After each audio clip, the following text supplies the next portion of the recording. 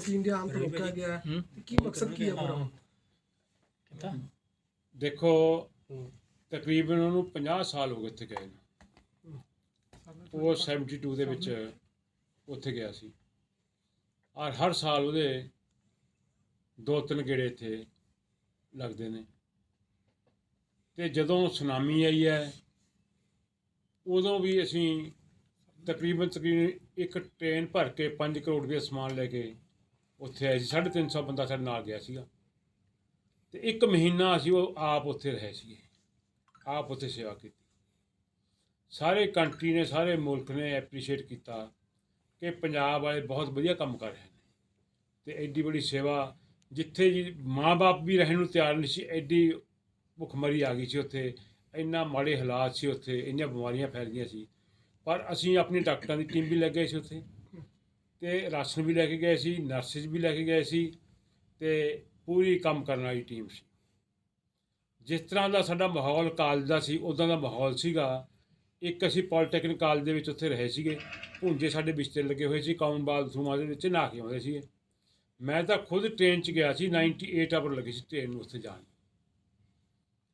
ਤੇ ਅਸੀਂ 1 ਮਹੀਨਾ ਸਾਰਿਆਂ ਨੇ ਐਪਰੀਸ਼ੀਏਟ ਵੀ ਕੀਤਾ, ਅਸੀਂ ਵੀ ਖੁਸ਼ ਸੀਗੇ ਵੀ ਚਲੋ ਸਾਡੀ ਜ਼ਿੰਦਗੀ ਦੇ ਸਭ ਤੋਂ ਵਧੀਆ ਦਿਨ ਸੀਗੇ ਕਿ ਅਸੀਂ ਕਿਸੇ ਦੀ ਸੇਵਾ ਕਰ ਰਹੇ ਹਾਂ। ਇਹਦਾ ਹੁਣ ਜਿਵੇਂ ਦਿੱਲੀ ਏਅਰਪੋਰਟ ਤੇ ਰੋਕਿਆ ਗਿਆ ਹੈ, ਇਸ ਦੇ ਪਿੱਛੇ ਕੀ ਕਾਰਨ ਸਮਝਦੇ ਹੋ ਮੁੱਖ?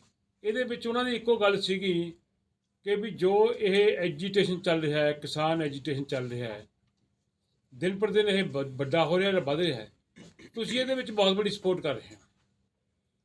ਤੁਸੀਂ ਇਹਦੇ 'ਚ ਲੰਗਰ ਵੀ ਲਾ ਰਹੇ ਹੋ, ਤੁਸੀਂ ਇੱਥੇ ਟੈਂਟ ਵੀ ਲਾਏ ਨੇ, ਤੇ ਐਡਾ ਵੱਡਾ ਕੰਮ ਕਰ ਰਹੇ ਹੋ, ਇਹ ਬੰਦ ਕਰ ਦਿਓ। ਅਸੀਂ ਕਿਹਾ ਵੀ ਦੇਖੋ, ਜੇ ਅਸੀਂ ਉੱਥੇ ਜੇ ਤਾਂ ਸਾਡਾ ਪਹਿਲਾ ਕੰਮ ਹੋਵੇ ਫਿਰ ਤਾਂ ਠੀਕ ਹੈ। ਅਸੀਂ ਤਾਂ ਹਰ ਜਗ੍ਹਾ 'ਤੇ ਜਿੱਥੇ ਸਾਡੀ ਕੋਸ਼ਿਸ਼ ਹੁੰਦੀ ਹੈ, ਗੁਰੂ ਮਹਾਰਾਜ ਨੇ ਕਿਰਪਾ ਕੀਤੀ, ਸੱਚੇ ਪਾਤਸ਼ਾਹ ਨੇ ਮਿਹਰ ਕੀਤੀ ਹੈ, ਇਹ ਜਿਹੜਾ ਲੰਗਰ ਹੈ ਇਹ ਬਾਬੇ ਨਾਨਕ ਦਾ ਲੰਗਰ ਹੈ, ਗੁਰੂ ਮਹਾਰਾਜ ਦੀ ਬਖਸ਼ਿਸ਼ ਹੈ। ਸੋ ਇਹ ਸਾਡੀ ਡਿਊਟੀ ਬਣਦੀ ਹੈ, ਫਰਜ਼ ਬਣਦਾ ਹੈ ਸਾਡਾ। ਕੋਈ ਇਹ ਨਹੀਂ, ਸਾਡੇ ਦੇ ਵਿੱਚੋਂ ਕੋਈ ਬੰਦਾ ਕਦੇ ਸਟੇਜ ਤੋਂ ਨਹੀਂ ਜਾ ਕੇ ਬੋਲਿਆ, ਕਦੇ ਸਟੇਜ 'ਤੇ, ਮੈਂ ਤਾਂ ਸਟੇਜ 'ਤੇ ਗਿਆ ਹੀ ਨਹੀਂ ਕਦੇ ਹਾਲ ਤੱਕ। ਉਹ ਸਟੇਜ 'ਤੇ ਜਾ ਕੇ ਆਇਆ ਪਰ ਬੋਲ ਕੇ ਉਹ ਵੀ ਨਹੀਂ ਆਇਆ, ਪਰ ਸਿਰਫ ਇਸ ਗੱਲ ਕਰਕੇ ਕਿ ਤੁਸੀਂ ਇੱਥੇ ਸਪੋਰਟ ਕਰਦੇ ਹੋ ਤੇ ਉਹ ਕਰ ਲਿਓ। ਤੇ ਫਿਰ ਮੈਂ ਰਾਤ ਨੂੰ ਤਕਰੀਬਨ, ਮੈਂ ਧੰਨਵਾਦ ਕਰਾਂ ਚੀਫ ਸੈਕਟਰੀ ਸਾਹਿਬ ਦਾ, ਰਾਤ ਨੂੰ 10 ਵਜੇ ਟੈਲੀਫੋਨ ਕੀਤਾ ਮੈਂ। ਉਹਨੇ ਟੈਲੀਫੋਨ ਚੱਕਿਆ ਤੇ ਉਹਨਾਂ ਨੂੰ ਦੱਸਿਆ, ਮਾਂ ਜੀ ਆਹ ਸਥਿਤੀ ਹੈ ਤੇ ਕਦੇ ਕੋਈ ਦਿੱਕਤ ਨਹੀਂ ਆਈ, ਇਹ ਪਹਿਲੀ ਵਾਰੀ ਹੈ। ਇਹ ਤੋਂ ਪਹਿਲਾਂ ਵੀ ਕੀ ਹੁੰਦਾ ਸੀਗਾ, ਜਦੋਂ ਉਹ ਆਉਂਦਾ ਸੀਗਾ ਪੁੱਛਗਿੱਛ ਕਰਦੇ ਸੀ ਜੀ ਤੁਸੀਂ ਪੈਸੇ ਕਿਉਂ ਖਰਚ ਰਹੇ ਹੋ ਜੀ, ਐਡਾ ਵੱਡਾ ਲੰਗਰ ਲਾਇਆ ਜੀ, ਤੁਸੀਂ ਰਹਿਣ ਦਿਓ ਜੀ। ਕਦੇ ਉਹਨਾਂ ਨੇ 2-3 ਘੰਟੇ ਲਾ ਕੇ ਮਤਲਬ ਗੱਲ ਕਰਦੇ ਸੀਗੇ, ਪਰ ਫਿਰ ਅਖੀਰ ਦੇ ਕਹਿੰਦੇ ਵੀ ਚਲੋ ਠੀਕ ਹੈ ਜੀ ਤੁਸੀਂ ਜਾਓ ਜੀ। ਜਾਣ ਲੱਗੇ ਵੀ ਤੇ ਆਉਣ ਲੱਗੇ ਵੀ। ਐਤਕੀ ਤਾਂ ਉਹ ਯੂਨਾਈਟਿਡ ਏਅਰਲਾਈਨ 'ਤੇ ਆਇਆ ਸੀਗਾ, ਜਿਹੜੀ ਸ਼ਿਕਾਗੋ ਤੋਂ ਦਿੱਲੀ ਸਿੱਧੀ ਆਉਂਦੀ ਹੈ, ਤੇ ਇੱਥੇ ਤਾਂ ਫਿਰ ਉਹ ਕਹਿਣ ਲੱਗੇ ਵੀ ਜੀ ਹੁਣ ਜੇ ਜਾਂ ਤਾਂ ਤੁਸੀਂ ਸਪੋਰਟ ਬੰਦ ਕਰੋ ਜਾਂ ਫਿਰ ਤੁਸੀਂ ਵਾਪਸ ਚਲੇ ਜਾਓ, ਅਸੀਂ ਤਾਂ ਤੁਹਾਡੀ ਐਂਟਰੀ ਨਹੀਂ ਦੇਣੀ। ਮੈਂ ਚੀਫ ਸੈਕਟਰੀ ਸਾਹਿਬ ਨਾਲ ਗੱਲ ਕੀਤੀ, ਚੀਫ ਸੈਕਟਰੀ ਸਾਹਿਬ ਨੇ ਡੀਜੀਪੀ ਨਾਲ ਗੱਲ ਕੀਤੀ, ਡੀਜੀਪੀ ਸਾਹਿਬ ਨੇ ਆਪਣੇ ਰਾਏ ਸਾਹਿਬ, ਆਪਣੇ ਆਈਜੀ ਇੱਥੇ ਰਹੇ ਨੇ ਡੀਜੀਪੀ ਨੇ ਅੱਜ ਕੱਲ੍ਹ, ਉਹਨਾਂ ਨੇ ਦਿੱਲੀ ਗੱਲ ਕੀਤੀ। ਉਹ ਵੀ ਮੈਨੂੰ ਕਹਿਣ ਲੱਗੇ ਵੀ ਜੀ ਉਹ ਐਜੀਟੇਸ਼ਨ ਦੀ ਗੱਲ ਕਰ ਰਹੇ ਨੇ, ਵੀ ਐਜੀਟੇਸ਼ਨ ਦੇ ਵਿੱਚ ਆਪਾਂ ਸਪੋਰਟ ਜ਼ਿਆਦਾ ਕਰ ਰਹੇ ਹਾਂ। ਮਾਂ ਜੀ ਇਹ ਤਾਂ ਹੁਣ ਰੁਕ ਨਹੀਂ ਸਕਦੀ, ਇਹ ਤਾਂ ਸਾਡੀ ਡਿਊਟੀ ਬਣਦੀ ਹੈ, ਫਰਜ਼ ਬਣਦਾ ਹੈ, ਸਾਡੀ ਪਹਿਲੀ ਡਿਊਟੀ ਬਣਦੀ ਹੈ। ਤੇ ਲੰਗਰ ਤਾਂ ਗੁਰੂ ਨਾਨਕ ਦੇਵ ਜੀ ਦੇ ਦੱਸੇ ਮਾਰਗ ਦਾ ਇੱਕ ਹਿੱਸਾ ਹੈ, ਤੇ ਸਾਰੀ ਦੁਨੀਆ ਇਸ ਗੱਲ ਦੀ ਗੱਲ ਕਰਦੀ ਹੈ ਕਿ ਜੀ ਆਪਾਂ ਨੂੰ ਗੁਰੂ ਨਾਨਕ ਸਾਹਿਬ ਦੇ ਕਨਸੈਪਟ 'ਤੇ ਚੱਲਣਾ ਚਾਹੀਦਾ। ਲੰਗਰ ਤਾਂ ਇੱਕ ਸੇਵਾ ਹੈ, ਤੇ ਇਹ ਤਾਂ ਹੁਣ ਜੇ ਤੁਸੀਂ ਕਹੋ ਵੀ ਇਸ ਗੱਲ ਪਿੱਛੇ ਆਪਾਂ ਬੰਦ ਕਰ ਦੇਣਾ, ਕਿਉਂਕਿ ਐਤਕੀ ਤਾਂ ਆ ਵੀ ਸਾਡੀ ਬੇਟੀ ਦਾ ਵਿਆਹ ਹੈ ਜੀ, ਬੇਟੀ ਦੇ ਵਿਆਹ 'ਤੇ ਆਸੇ ਰਿਹਾ ਸੀਗਾ, ਉਹਦੀ ਵਾਈਫ ਨਾਲ ਸੀ, ਪਰ ਉਹ ਕਹਿਣ ਲੱਗੇ ਵੀ ਜੀ ਨਹੀਂ ਜੀ, ਫਿਰ ਜੇ ਤੁਸੀਂ ਇਹ ਬੰਦ ਨਹੀਂ ਕਰਨਾ ਫਿਰ ਨਹੀਂ ਜਾ ਸਕਦੇ, ਫਿਰ ਤਾਂ ਤੁਸੀਂ ਇਸੇ ਫਲਾਈਟ 'ਤੇ ਤੁਸੀਂ ਵਾਪਸ ਚਲੇ ਜਾਓ। ਈਵਨ ਉੱਥੇ ਕੌਂਸਲੇਟ ਨੇ ਵੀ ਟੈਲੀਫੋਨ ਕੀਤਾ, ਐਂਬੈਸਡਰ ਨੇ ਵੀ ਟੈਲੀਫੋਨ ਕੀਤਾ। ਇਸ ਤੋਂ ਵੱਡੀ ਗੱਲ ਕੋਈ, ਇੰਡੀਆ ਦਾ ਜੋ ਵੀ ਰੀਪ੍ਰਜੈਂਟ ਕਰਦਾ ਐਂਬੈਸਡਰ ਕਰਦਾ ਸਾਰੇ ਮੁਲਕ ਨੂੰ, ਉਹਨੇ ਵੀ ਟੈਲੀਫੋਨ ਕੀਤਾ ਕਿ ਦਰਸ਼ਨ ਸਿੰਘ ਧਾਲੀਵਾਲ ਨੂੰ ਮੈਂ ਚੰਗੀ ਤਰ੍ਹਾਂ ਜਾਣਦਾ, ਤੇ ਵਧੀਆ ਬੰਦਾ ਹੈ, ਵਧੀਆ ਕੰਮ ਕਰਦਾ, ਇੱਥੇ ਵੀ ਇਹੋ ਜਿਹੇ ਕੰਮ ਕਰਦਾ ਹੈ। ਦਾਨ ਪੁੰਨ ਦੇ ਕੰਮ ਇੱਥੇ ਅਮਰੀਕਾ ਦੇ ਵਿੱਚ ਵੀ ਸਾਡੇ ਚੱਲਦੇ ਨੇ, ਇੱਥੇ ਵੀ ਸੋਸ਼ਲ ਕੰਮਾਂ ਦੇ ਵਿੱਚ ਬਹੁਤ ਹਿੱਸਾ ਲੈਂਦਾ। ਤੇ ਇਹ ਨਹੀਂ ਕਿ ਪਹਿਲੀ ਕਿਤਾਬ ਜਿਵੇਂ ਤੁਹਾਨੂੰ ਦੱਸਿਆ ਹੈ ਕਿ ਵੀ ਸਾਡੇ ਬਾਪੂ ਜੀ ਵੀ ਕੰਮ ਇਹ ਕਰਦੇ ਸੀਗੇ। ਆ ਬੜਵਾਲ ਕਾਲਜ ਬਣਿਆ ਸੀਗਾ, ਉੱਥੇ ਮੇਰਾ ਖਿਆਲ ਹੈ ਪੂਰਾ ਸਰੀਰ ਦਾ ਚੈੱਕ, ਉਹਨਾਂ ਨੂੰ ਬਲੈਂਕ ਚੈੱਕ ਦਿੱਤਾ ਸੀਗਾ ਵੀ ਜਿੰਨਾ ਮਰਜ਼ੀ ਚੈੱਕ ਭਰ ਲਓ, ਤੇ ਉਹਨਾਂ ਨੇ ਸਰੀਰ ਦਾ ਚੈੱਕ ਭਰਿਆ ਸੀ, ਮੈਨੂੰ ਯਾਦ ਹੈ। ਤੇ ਆਪਣਾ 1932 ਦੇ ਵਿੱਚ ਸਾਡੇ ਬਾਪੂ ਜੀ ਪਹਿਲੀ ਛੁੱਟੀ ਆਏ ਸੀ, ਜਿੰਨੇ ਉਹਨਾਂ ਨੂੰ ਤਕਰੀਬਨ 3 ਸਾਲ ਦੀ ਤਨਖਾਹ ਮਿਲੀ ਸੀ, ਉਹਨਾਂ ਨੇ ਆਉਣ ਸਾਰ ਆਪਣੀ ਸਾਰੀ ਜਿੰਨੀ ਤਨਖਾਹ ਉਹਨਾਂ ਦੀ ਮਿਲੀ ਸੀਗੀ 3 ਸਾਲ ਦੀ, ਆ ਕੇ ਰੱਖੜੇ ਤੇ ਮੰਡੌਰ ਦੇ ਰਸਤੇ ਦੇ ਵਿੱਚ ਕੋਠਾ ਹੈ, ਜਿੱਥੇ ਜਾਣ ਦਾ ਬਹੁਤ ਪ੍ਰੋਜੈਕਟ ਹੁੰਦਾ ਸੀਗਾ, ਉੱਥੇ ਕੋਠਾ ਪਵਾਇਆ, ਇੱਕ ਕੂਈ ਲਵਾਈ ਤੇ ਸਾਰੇ ਪੈਸੇ ਲਾ ਕੇ ਉੱਥੇ ਚਲੇ ਗਏ ਸੀਗੇ। ਤੇ ਇਸੇ ਤਰ੍ਹਾਂ ਸਾਡਾ ਤਕਰੀਬਨ ਸਾਰਾ ਟੱਬਰ ਪੰਜਾਬ ਪਬਲਿਕ ਸਕੂਲ 'ਚ ਪੜ੍ਹਿਆ। ਉੱਥੇ ਸਾਡਾ 300-400 ਮੁੰਡਾ ਗਿਆ ਅਮਰੀਕਾ ਦੇ ਵਿੱਚ, ਸਾਰਿਆਂ ਨੂੰ ਅਸੀਂ ਸਕਾਲਰਸ਼ਿਪ ਦਿੱਤਾ।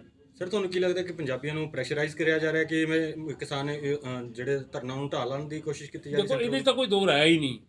ਆ ਜੇ ਕੋਈ ਸੈਲਰ ਆ ਗਿਆ ਤਾਂ ਸੈਲਰਾਂ 'ਤੇ ਰੇਡ ਕਰਤੀ, ਜੇ ਕੋਈ ਆੜ੍ਹਤੀਆ ਗਿਆ ਤਾਂ ਆੜ੍ਹਤੀਆਂ ਦੇ ਵਿੱਚ ਈਡੀ ਨੇ ਰੇਡ ਕਰਤੀ। ਇਹ ਤਾਂ ਆਪਾਂ ਦੇਖ ਹੀ ਰਹੇ ਹਾਂ, ਇਹਦਾ ਕੋਈ ਦੋ ਰਾਇਆ ਹੀ ਨਹੀਂ। ਪਰ ਖੜਾ ਸਾਹਿਬ ਕਿਤੇ ਨਾ ਕਿਤੇ ਇਹ ਨਹੀਂ ਹੈ ਕਿ ਧੱਕਾ ਹੈ, ਕਿਉਂਕਿ ਹਰੇਕ ਬੰਦੇ ਦਾ ਰਾਈਟ ਹੈ, ਉਹ ਕਿਤੇ ਵੀ ਆਪਣੀ ਮਰਜ਼ੀ ਨਾਲ ਜਾ ਸਕਦਾ। ਫਿਰ ਬੰਦਾ ਇੱਕ ਆਪਣੇ ਰਿਸ਼ਤੇਦਾਰੀ 'ਚ ਵਿਆਹ 'ਤੇ ਆ ਰਿਹਾ ਹੈ ਤੇ ਉਸ ਨੂੰ ਇਸ ਤਰ੍ਹਾਂ ਰੋਕ ਕੇ ਵਾਪਸ ਭੇਜਣਾ, ਇਦੋਂ ਵੱਧ ਧੱਕਾ ਹੋ ਹੀ ਨਹੀਂ ਰਿਹਾ। ਇਦੋਂ ਵੱਧ ਧੱਕਾ ਕਿ ਆਪਣੀ ਬੇਟੀ ਦੇ ਵਿਆਹ 'ਚ ਆ ਰਿਹਾ, ਕੋਈ ਇਹ ਨਹੀਂ ਕਿ ਕਿਤੇ ਹੋਰ ਜਾ ਰਿਹਾ। ਉਹ ਜੀ ਉਹਨਾਂ ਦੇ ਨਾਲ ਕਿੰਨੇ ਲੋਕ ਹੋਰ ਆ ਰਹੇ ਸਨ ਜੀ? ਉਹਦੀ ਵਾਈਫ ਨਾਲ ਸੀਗੀ, ਇੱਕ ਹੋਰ ਵੀ ਸੀ ਮੁੰਡਾ ਬਚਨ ਸਾਹਿਬ ਗਿੱਲ ਹੈ। ਇਸ ਵਾਰ ਕਿੰਨੀ ਕੁ ਦੇਰ ਗੱਲਬਾਤ ਹੋਈ ਹੈ ਉੱਥੇ? ਉੱਥੇ ਤਕਰੀਬਨ 3-4 ਘੰਟੇ ਗੱਲ ਚੱਲਦੀ ਰਹੀ। ਡਾਕਟਰ ਸਾਹਿਬ ਸ਼੍ਰੋਮਣੀ ਅਕਾਲੀ ਦਲ ਦੀ ਗੱਲ ਕੀਤੀ ਜਾਵੇ, ਸੁਖਬੀਰ ਸਿੰਘ ਬਾਦਲ ਨਾਲ ਗੱਲਬਾਤ ਤੁਹਾਡੀ ਹੋਈ ਹੋਣੀ ਇਸ ਮਸਲੇ ਨੂੰ ਲੈ ਕੇ, ਅਕਾਲੀ ਦਲ ਕੀ ਸਟੈਂਡ ਕਰ ਰਿਹਾ? ਨਹੀਂ, ਹਾਲੇ ਮੇਰੀ ਗੱਲ ਉਹਨਾਂ ਨਾਲ ਹੋਈ ਨਹੀਂ। ਅੱਛਾ ਜੀ, ਰੱਖੋਗੇ ਗੱਲ ਪਾਰਟੀ? ਹਾਲੇ ਮੇਰੀ ਗੱਲ ਹੋਈ ਨਹੀਂ। ਪਾਰਟੀ ਦੇ ਅੱਗੇ ਗੱਲ ਰੱਖੋਗੇ ਨਹੀਂ ਰੱਖਾਂਗੇ, ਕੋਈ ਰੱਖਾਂਗੇ। ਤੇ ਕਿਸਾਨ ਆਗੂਆਂ ਦੇ ਅੱਗੇ ਕਿਸ ਤਰੀਕੇ ਕਿਸਾਨ ਆਗੂਆਂ ਨਾਲ ਵੀ ਗੱਲ, ਮੈਨੂੰ ਅੱਜ ਉਹਨਾਂ ਦੇ ਟੈਲੀਫੋਨ ਆਇਆ ਸੀ, ਡਾਕਟਰ ਦਰਸ਼ਨਪਾਲ ਦਾ ਟੈਲੀਫੋਨ ਆਇਆ ਸੀ। ਉਹ ਵੀ ਗੱਲ ਕਰਦੇ ਸੀ ਕਿ ਅਸੀਂ ਆਪਣੀ ਜਥੇਬੰਦੀ ਦੇ ਵਿੱਚ ਸਾਰੇ ਬੱਤੀ ਜਥੇਬੰਦੀਆਂ ਅਸੀਂ ਮੀਟਿੰਗ ਕਰਾਂਗੇ, ਉਹਦੇ ਵਿੱਚ ਅਸੀਂ ਮਸਲਾ ਉਠਾਵਾਂਗੇ। ਜਿਨ੍ਹਾਂ ਲੋਕਾਂ ਨੂੰ ਰੋਕਿਆ ਸੀ ਉਹ ਅੰਬੈਸੀ ਦੇ ਲੋਕ ਸਨ ਜਾਂ ਕਿ ਕੇਂਦਰ ਸਰਕਾਰ ਦੇ? ਨਹੀਂ, ਮੈਸੀ ਦੇ ਲੋਕ ਨਹੀਂ ਸੀ ਇਹ ਤਾਂ ਇਮੀਗ੍ਰੇਸ਼ਨ ਕਰਨੀ ਪੈਂਦੀ। ਜਦੋਂ ਵੀ ਤੁਸੀਂ ਕਿਸੇ ਮੁਲਕ ਦੂਜੇ ਮੁਲਕ ਤੋਂ ਆਉਂਦੇ ਹੋ ਤਾਂ ਇਮੀਗ੍ਰੇਸ਼ਨ ਵੀ ਦੀ ਕ੍ਰਾਸ ਕਰਕੇ ਆਉਂਦੇ ਹੋ। ਬਿਲਕੁਲ ਜੀ। ਤੇ ਇਮੀਗ੍ਰੇਸ਼ਨ ਵਾਲੇ ਰੋਕ ਲਿਆ। ਇੱਕ ਨਾਮੀ ਬਿਜ਼ਨਸਮੈਨ ਦੇ ਹੋਣ ਦੇ ਨਾਤੇ ਤਾਂ ਅਸੀਂ ਮੰਨ ਸਕਦੇ ਹਾਂ ਕਿ ਜਿਹੜਾ ਇਹਨਾਂ ਨੇ ਰੋਕ ਸਕਦੇ ਹੋ। ਜੇ ਇੱਕ ਫੈਮਿਲੀ ਫੰਕਸ਼ਨ ਤੇ ਉਹ ਆ ਰਹੇ ਹੈ, ਕੀ ਕਾਨੂੰਨੀ ਸਲਾਹ ਲਓਗੇ ਤੇ ਇਸ ਤਰ੍ਹਾਂ ਇੱਕ ਬੰਦੇ ਨੂੰ ਰੋਕਿਆ ਜਾ ਸਕਦਾ ਇਸ ਤਰ੍ਹਾਂ?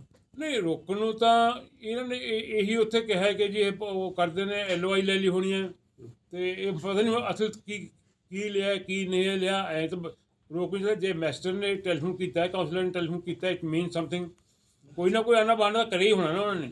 ਜਦ ਐਡੀ ਵੱਡੀ ਸ਼ਖਸੀਅਤ ਨਾਲ ਧੱਕਾ ਹੋ ਸਕਦਾ, ਤੁਸੀਂ ਮੰਤਰੀ ਰਹੇ ਹੋ, ਤੁਹਾਡੇ ਪਰਿਵਾਰ ਨਾਲ ਧੱਕਾ ਹੋ ਸਕਦਾ, ਤੇ ਆਮ ਲੋਕ ਕਿਸ ਤਰ੍ਹਾਂ ਫਿਰ ਕਿਸਾਨ ਅੰਦੋਲਨ ਦੀ ਸਪੋਰਟ ਕਰਨਗੇ? ਨਹੀਂ ਦੇਖੋ, ਇਹ ਤਾਂ ਹਰ ਜਗ੍ਹਾ ਦੇ ਉੱਤੇ ਕਰ ਹੀ ਰਹੇ ਨੇ। ਇਹ ਤਾਂ ਹਰ ਜਗ੍ਹਾ ਦੇ ਉੱਤੇ ਧੱਕਾ ਕਰ ਹੀ ਰਹੇ ਨੇ। ਇਸ ਪੱਖੋਂ ਦਾ ਕੋਈ ਕਹਿਣ ਵਾਲੀ ਗੱਲ ਹੈ ਹੀ ਨਹੀਂ। ਹਰ ਜਗ੍ਹਾ ਤੇ ਇਹ ਜੋ ਵੀ ਜਿੱਥੇ ਵੀ ਇਹਨਾਂ ਦੀ ਚੱਲਦੀ ਹੈ ਉੱਥੇ ਚਲਾਉਂਦੇ ਨੇ। ਪਰ ਮੈਂ ਇੱਥੇ ਦਾ ਮੰਤਰੀ ਦੀ ਗੱਲ ਛੋਟੀ ਹੈ, ਉਹਦੀ ਗੱਲ ਤਾਂ ਉੱਥੇ ਮੇਰੇ ਨਾਲ ਵੱਡੀ ਹੈ। ਅਮਰੀਕਾ ਦੇ ਪ੍ਰੈਜ਼ੀਡੈਂਟ ਕੋਲ ਜਾ ਸਕਦਾ ਉਹ, ਗਵਰਨਰ ਨੂੰ ਤਾਂ ਉਹ ਆਪ ਲੈ ਕੇ ਆਇਆ ਸੀ ਤੇ ਇੱਕ ਹਫ਼ਤਾ ਗਵਰਨਰ ਰਿਹਾ ਸਾਡਾ, ਵਿਸਕਾਉਂਸਿਨ ਦਾ ਗਵਰਨਰ ਇੱਕ ਹਫ਼ਤਾ ਰਿਹਾ ਸਾਡਾ ਇੱਥੇ, ਉਹਦੇ ਨਾਲ ਹੀ ਆਇਆ ਸੀਗਾ। ਉਹਦਾ ਪੂਰਾ ਇੱਕ ਉਹ ਆਇਆ ਸੀਗਾ ਤੇ ਸਾਰੇ ਇੱਥੇ ਰਹੇ ਸੀ। ਮੇਰੇ ਖਿਆਲ 15-20 ਬੰਦੇ ਆਏ ਹੋਣਗੇ ਉਹਦੇ ਨਾਲ। ਤੇ ਆਪ ਉਹ ਇਨਵਾਇਰਨਮੈਂਟ ਦਾ ਚੇਅਰਮੈਨ ਰਿਹਾ ਉੱਥੇ। ਜੀ ਰਖੜਾ ਸਾਹਿਬ, ਤੁਸੀਂ ਭਾਈਵਾਲ ਪਾਰਟੀ ਰਹੀ ਹੈ ਤੁਹਾਡੇ ਨਾਲ ਬੀਜੇਪੀ, ਕੀ ਬੀਜੇਪੀ ਦੇ ਕਿਸੇ ਆਲਾ ਅਧਿਕਾਰੀ ਨਾਲ ਜਾਂ ਉੱਪਰ ਮੰਤਰੀ ਨਾਲ ਗੱਲ ਹੋਈ ਇਸ ਬਾਬਤ? ਨਾ, ਮੇਰੀ ਕਿਸੇ ਨਾਲ ਗੱਲ ਨਹੀਂ ਹੋਈ, ਨਾ ਮੈਂ ਕੀਤੀ ਹੈ। ਪਰ ਇਹ ਗੱਲ ਬਣਦੀ ਨਹੀਂ ਕਿ ਆਪਾਂ ਉਹਨਾਂ ਨਾਲ ਗੱਲ ਕਰੀਏ। ਕਾਹਦੇ ਲਈ ਕੋਈ ਨਜਾਇਜ਼ ਗੱਲ ਹੋਵੇ ਨਾ, ਫਿਰ ਆਪਾਂ ਗੱਲ ਕਰੀਏ ਵੀ ਜਾਂ ਸਾਡੇ ਆਹ ਨਜਾਇਜ਼ ਕਰ ਰਹੇ ਹਾਂ ਜਾਂ ਉਹ ਕਰ ਰਹੇ ਹਾਂ। ਤੇ ਜਾਇਜ਼ ਗੱਲ ਦੇ ਲਈ ਵੀ ਗੱਲ ਕਹਿਣੀ ਪਵੇ ਤਾਂ ਇੱਦਾਂ ਮਾੜੀ ਗੱਲ ਕੀ ਹੋ ਸਕਦੀ? ਕਿੰਨਾ ਕੁ ਸਮਾਂ ਰਹਿ ਗਿਆ ਵਿਆਹ ਦੇ ਵਿੱਚ ਜਿੱਥੇ ਉਹਨਾਂ ਨੇ ਆਉਣਾ ਸੀ? ਵਿਆਹ ਦਾ ਕੁਝ ਵੀ ਨਹੀਂ, ਹਫ਼ਤਾ ਹੀ ਸਾਰੇ ਜੀ। ਦੁਬਾਰਾ ਆਉਣ ਦੀ ਕੋਸ਼ਿਸ਼ ਕਰਨਗੇ? ਇਹ ਤਾਂ ਹੁਣ ਗੁਰੂ ਮਹਾਰਾਜ ਨੂੰ ਪਤਾ, ਸੱਚੇ ਪਾਤਸ਼ਾਹ ਨੂੰ ਪਤਾ ਜੀ। ਜੇ ਪਰਮਿਟ ਕੀਤਾ ਉਹਨਾਂ ਨੇ ਫਿਰ ਤਾਂ ਇੱਕ ਦਿਨ ਪਹਿਲਾਂ ਵੀ ਆ ਜਾਊਗਾ ਜੀ।